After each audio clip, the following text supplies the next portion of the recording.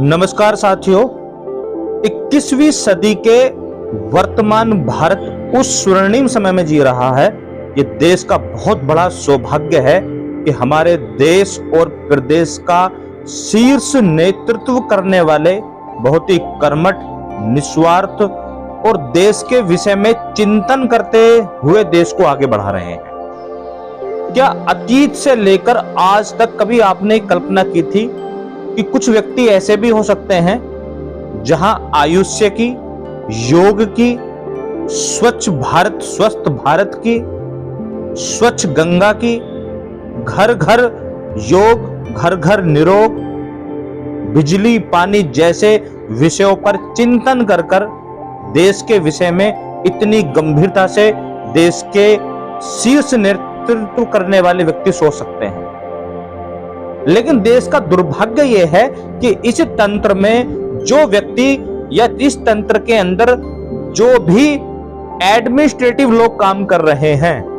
वो इन योजनाओं को पॉलिसी बनाकर जो पॉलिसी मेकर हैं और इंप्लीमेंट करने वाले हैं, धरातल पर इन योजनाओं को सही रूप से लागू नहीं कर पाते हैं। विचार है, विकास करने की जिज्ञासा है, किंतु परेशानी है सही पॉलिसी बनाकर, सही इंप्लीमेंट कर कर धरातल पर उसको उतारने की। मेरे व्यक्तिगत तौर पर अगर किसी भी देश में हम विकास करना चाहते हैं तो सर्वप्रथम हमें यह सोचना चाहिए कि रेवेन्यू किस तरीके से अधिक हमारे देश की सरकार के पास आए। अगर रेवेन्यू आ गया है तो किस तरीके से उस धन को जनता के हित के लिए और देश के हित के लिए उपयोग में लाया जाए। और सबसे ज्यादा जो वर्तमान में बड़ी समस्या है वो है रोजगार। मेरे विचार से सरकारी तंत्र के अंतर या जितने भी प्राइवेट कंपनीज में लोग काम कर रहे हैं या जो बिजनेसमैन हैं, वो जितने परसेंट भी टैक्स देते हैं, आज के इस युग में अधिकतर लोग क्या सोचते हैं कि हम टैक्स क्यों दें।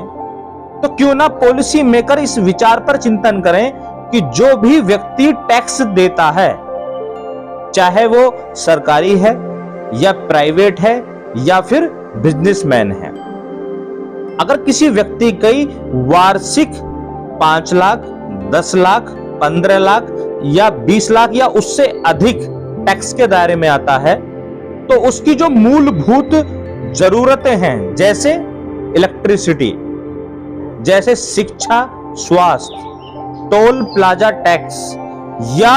कोई भी ऐसी चीजें जैसे पेट्रोल या गैस, जो कि मूलभूत समस्याएं हैं, मकान लेना है, अगर कोई भी व्यक्ति किसी भी स्लैब में आता है, उस स्लैब के अंतर्गत उस व्यक्ति को उसकी मूलभूत जो चीजें हैं उनमें उतने ही परसेंट अगर छूट मिल जाती है, तो मेरे विचार से दुनिया का या भारत का प्रत्येक व्यक्ति टैक्स अधिक से अधिक देगा, क्योंकि उसको बिजली, पानी, पेट्रोल, गैस, उसके बच्चों की एजुकेशन की ट्यूशन फीस, होम लोन इत्यादि इत्यादि, अगर इन्हीं सब में उसको उसी परसेंटेज में छूट मिल जाती है तो हर एक व्यक्ति ज्यादा टैक्स देगा, जिसके अंतर्गत सरकार के पास अधिक से अधिक धन पहुंचेगा। अब दूसरा सवाल पैदा होता है, किस तरह से उस धन को सही तरीके से लागू किया जाए और किस तरह से रोजगार की समस्या का समाधान किया जाए। मैं आपको एक छोटे से उदाहरण के रूप में बताता हूं कि एक गांव, एक ब्लॉक या एक शहर के अंदर अगर आप जनसंख्या के हिसाब से देखेंगे कि अगर एक ब्लॉक की जनसंख्या 1 लाख है, तो मैं निश्चित रूप से कह सकता हूं कि उस 1 लाख की जनसंख्या में 5 या 10 लोग ऐसे जरूर मिल जाएंगे जिनके पास धन की कमी नहीं है, पर्याप्त मात्रा में उनके पास इतना धन है कि वे कोई भी बिजनेस शुरू कर सकते हैं। लेकिन मूलभूत समस्या क्या है कि तंत्र के अंदर जितने भी लोग काम कर रहे हैं, अगर उनको सही से साधा जाए और पॉलिसी मेकर ऐसा नियम बनाए, फॉर एग्जाम्पल कोई व्यक्ति चिकित्सालय या विद्यालय या कोई भी कारखाना या कोई भी रेस्टोरेंट या कोई भी XYZ बिजनेस शुरू करना चाहता है तो उसको हर प्रकार की NOC का फॉर्मेट, जो कि बहुत बड़े विस्तृत रूप में सरकारी कार्यालयों में उपलब्ध है, उसको शॉर्ट फॉर्म में कर नेट पर उस साइट पर डाला जाए। उदाहरण के तौर पर मैं एक विद्यालय या चिकित्सालय बनाना चाहता हूं तो उसमें फायर की NOC, जो उस पर्टिकुलर विभाग के अंतर्गत आती हुई NOC है, विद्यालय है तो BSA ऑफिस, चिकित्सालय है तो CMO ऑफिस, डेवलपमेंट अथॉरिटी की NOC, इलेक्ट्रिसिटी में कमर्शियल कनेक्शन इत्यादि इत्यादि बहुत सारी NOC ऐसी हैं जिनको एक सामान्य सा व्यक्ति जिसके पास धन की कमी नहीं है, वो सरकारी दफ्तरों में चक्कर काटने के कारण किसी भी बिजनेस को शुरू नहीं कर पाता है। अगर सरकार या पॉलिसी मेकर जो इस समय एडमिनिस्ट्रेटिव सिस्टम में लोग काम कर रहे हैं, क्योंकि डिजिटल भारत को हम देख रहे हैं, अगर ऐसे फॉर्मेट्स उस साइट पर डाले जाएं कि फॉर एग्जांपल मुझे कोई भी बिजनेस शुरू करना है और उस विभाग से NOC लेने का जो शुल्क है वो लगभग 5,000 रुपए है, तो सरकार उसको जस्ट डबल कर दे, 5,000 की बजाय 10,000 रुपए सरकारी खाते में जाएं और एक समय सीमा निर्धारित कर दी जाए कि अगर वो व्यक्ति किसी भी सरकारी विभाग में किसी भी प्रकार के NOC लेने जाता है और क्राइटेरिया जो मिनिमाइज किया गया है उसको फिल कर देता है, तो उस विभाग से संबंधित नोडल अफसर, अधिकारी, इंस्पेक्टर रेस्पॉन्सिबल होना चाहिए कि केवल 30 दिन के अंदर अगर उस व्यक्ति ने शुल्क जमा कर दिया है, मानक पूरे कर दिए हैं, तो NOC उसको इंटरनेट पर या साइट पर उपलब्ध होनी चाहिए ताकि वो इजीली अपने बिजनेस को शुरू कर सके।